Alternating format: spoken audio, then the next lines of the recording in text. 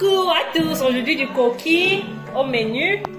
J'ai là mon coquille déjà lavé, écrasé. Si vous voulez voir comment je lave mon coquille, j'ai déjà une vidéo sur ma chaîne où j'ai fait le coquille étape par étape.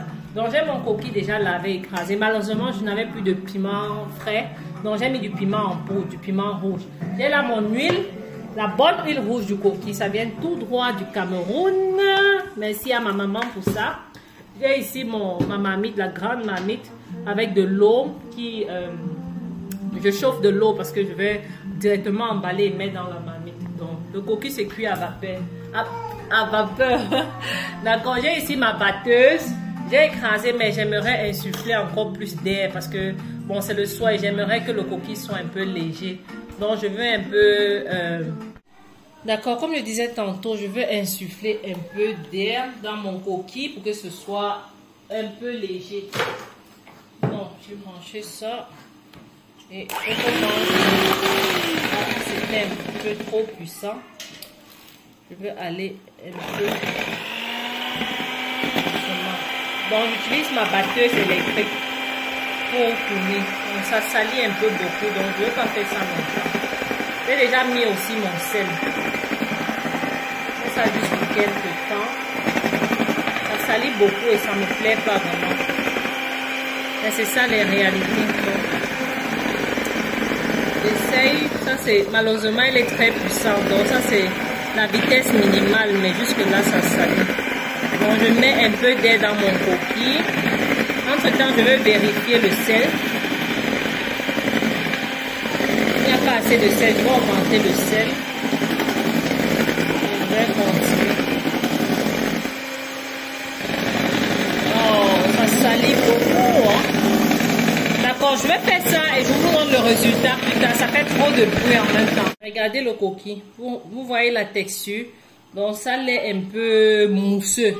Donc il y a assez d'air à l'intérieur. Étant donné que le sel suffit. L'assaisonnement est très réussi. Je vais juste incorporer mon huile et mélanger. Ça c'est l'huile du coquille même. Ça vient tout droit de Bafang. Donc il n'y a aucun doute que ce coquille sera bien rouge. Bon. Mon huile je l'incorpore ainsi à l'aide d'une louche. Donc sans plus trop travailler la pâte. Parce que si je continue à trop travailler la pâte, l'air que j'ai insufflé va... finit par disparaître. Bon. Je vais mélanger comme ça, de la sorte. Tout doucement, un peu comme la pâte du gâteau, quoi. Certaines personnes mettent du bicarbonate de soude ou bien du kangouan, donc ça dépend de vous. Je crois en fait, bon, je sais pas, ma maman ne faisait pas, mais je crois en fait que c'est pour avoir une texture homogène. Quand tu ne mets pas trop d'eau dans ton coquille, tu n'as pas absolument besoin de ça. Parce que généralement, ces personnes-là, bon, peut-être ne jugent pas trop la quantité d'eau. Et ce qui fait en sorte que souvent, l'eau se retrouve en bas. Donc, le coquille a 3 couches, quoi. L'eau en bas et puis c'est rouge en haut. Donc là, je crois que cette quantité d'huile suffit. Je vais passer à l'emballage. On va faire des très petites boules parce que, comme je l'ai dit, c'est le soir. Donc, vraiment, je veux un coquille léger, quoi. Bon, là, j'espère que c'est assez jaune. Bon, je vais peut-être finir cette huile. Comme vous voyez, j'ai fini de remuer mon coquille. La texture demeure. Donc, on a l'air d'avoir, en tout cas, les connaisseurs savent.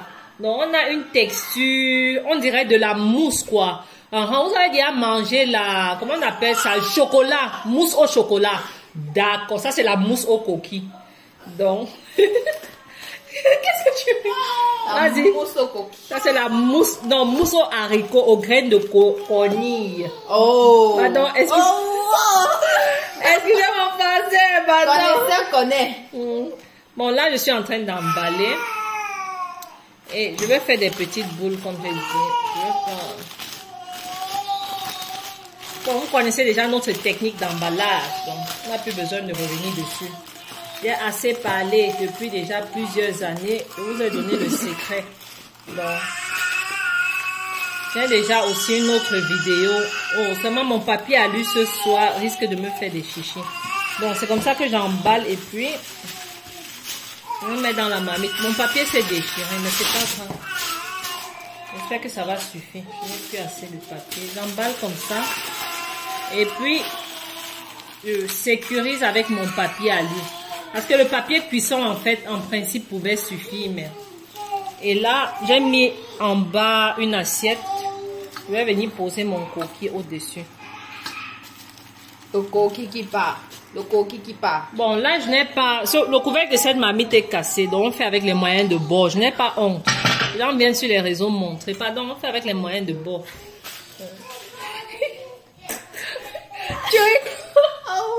Ça va?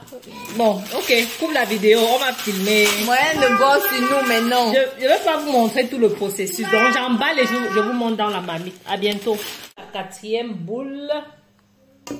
Le processus est le même, hein, donc je mets à peu près 4 louches. Donc j'ai cette assiette pour mesurer. Et quand ça fait le plein, je stoppe.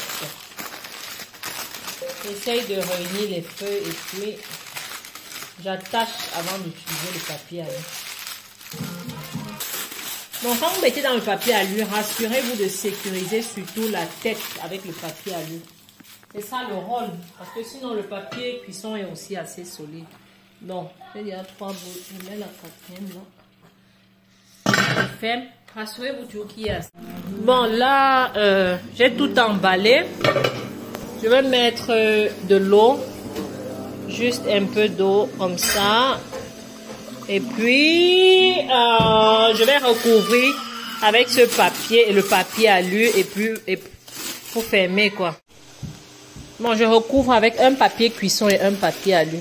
Et je vais vérifier l'eau aussi de temps en temps. Ça, c'est pour bloquer la vapeur, quoi. Et pour permettre aussi que ça cuise un peu plus rapidement. Je recouvre avant de mettre mon couvercle. Bon, voici à quoi ressemble notre coquille. Je vais manger avec le plantain.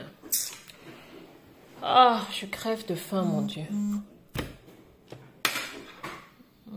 Regardez ça.